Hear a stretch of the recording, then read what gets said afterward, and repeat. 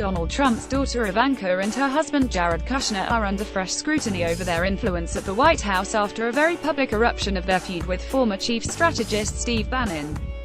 In a gloves-off interview with Vanity Fair magazine, Bannon laid bare the mutual enmity with the senior advisors to the president, one of the worst-kept secrets of the Trump administration. "The railhead of all bad decisions is the same railhead, Javanka," he said, using a nickname that conflates the couple. Bannon, who returned to right-wing site Breitbart News after being forced out of the White House in August, recalled an Oval Office meeting in which he accused Ivanka of being the queen of leaks. The first daughter allegedly retorted, "You're a fucking liar." Ivanka was a fount of bad advice during the campaign. Steve Bannon. He also condemned Ivanka over her handling of the recent U.S. Senate special election in Alabama, where Republican candidate Roy Moore denied accusations of UAL misconduct with teenagers. Ivanka said pointedly during the campaign, "There is a special place in hell for people who prey on children." Bannon, who supported Moore despite the allegations only to see him lose the Republican heartland to a Democrat, responded in the Vanity Fair interview, "What about the allegations about her dad and the 13-year-old, a reference to an unproven allegation from a California woman that Trump raped her as a teenager. Last year the woman dropped a lawsuit making the claim. Trump has faced multiple claims of UAL misconduct and denies all of them." Bannon added to Vanity Fair, "Ivanka was a fount of bad advice during the campaign." As for Kushner, Bannon made little attempt to disguise his contempt.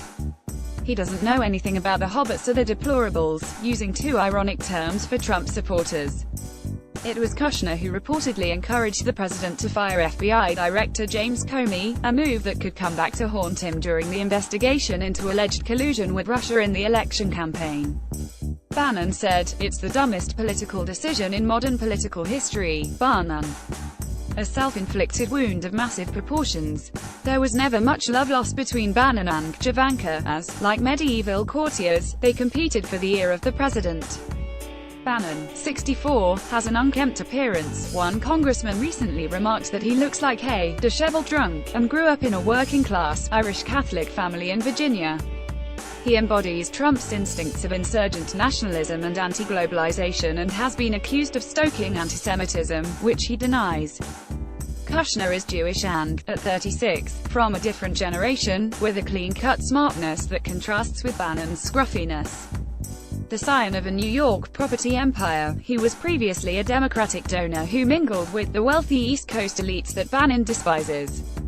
Ivanka, also 36, also belongs to the New York faction, and is seen as the favorite of Trump's 5 children. Liberal observers had expressed a hope that Javanka would tame Trump's wilder impulses, but there have been constant disappointments. The president's decision to pull the U.S. out of the Paris climate deal was a notable victory for Bannon. Rick Tyler, a Republican analyst and co-founder of consulting firm Foundry Strategies, said, "These things are very difficult when family is involved with any elected official. They have a different relationship with the principal and it's very difficult to work around if there's a problem.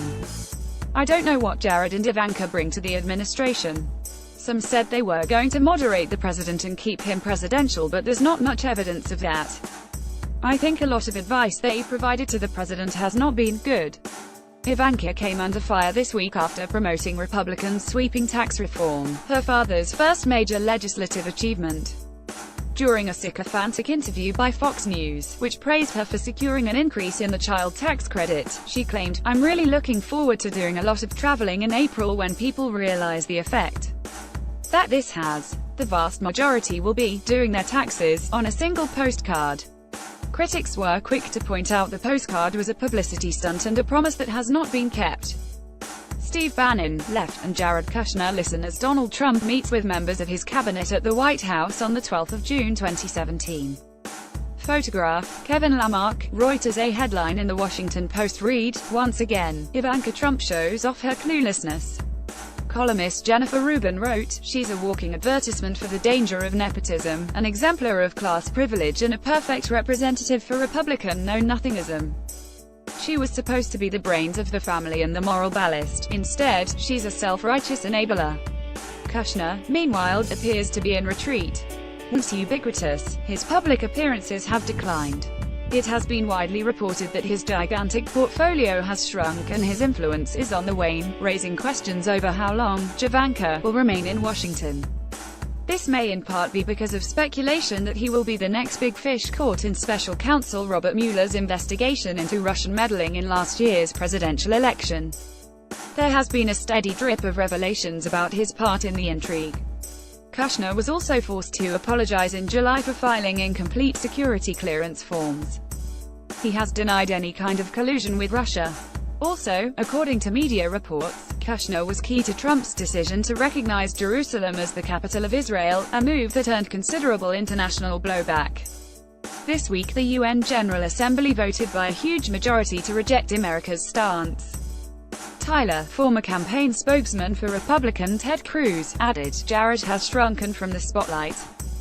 He seemed to be seen in every photo and was keenly aware of where the photographers were and what type of lens they were using. But we never heard from him and, when we did, it wasn't terribly impressive. Usually when we put people in positions of great responsibility and authority we have knowledge of their commensurate qualifications and experience. With Jared we know of